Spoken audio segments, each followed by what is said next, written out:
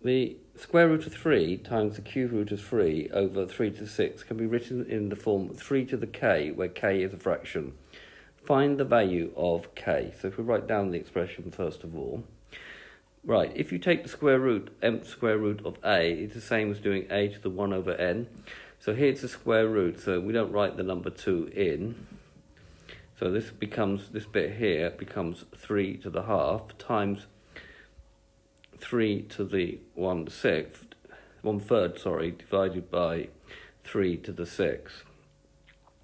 Right, if you multiply two numbers which have the same base, a to the m times a to the n, it's the same as a to the m plus n.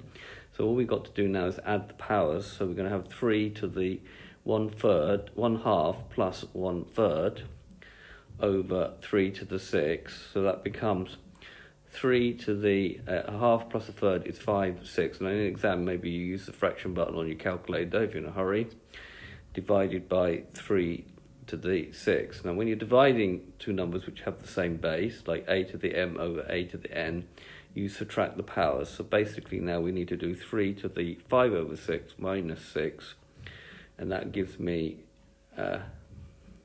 3 to the minus 31 over 6, and that's now in the form 3 to the k. So k will be equal to minus 31 over 6. It does ask you not to write down the whole thing, it asks you to actually find the value of k, which we have done here, minus 31 over 6. It's a good idea when dealing with indices that you deal with fractions as opposed to decimals.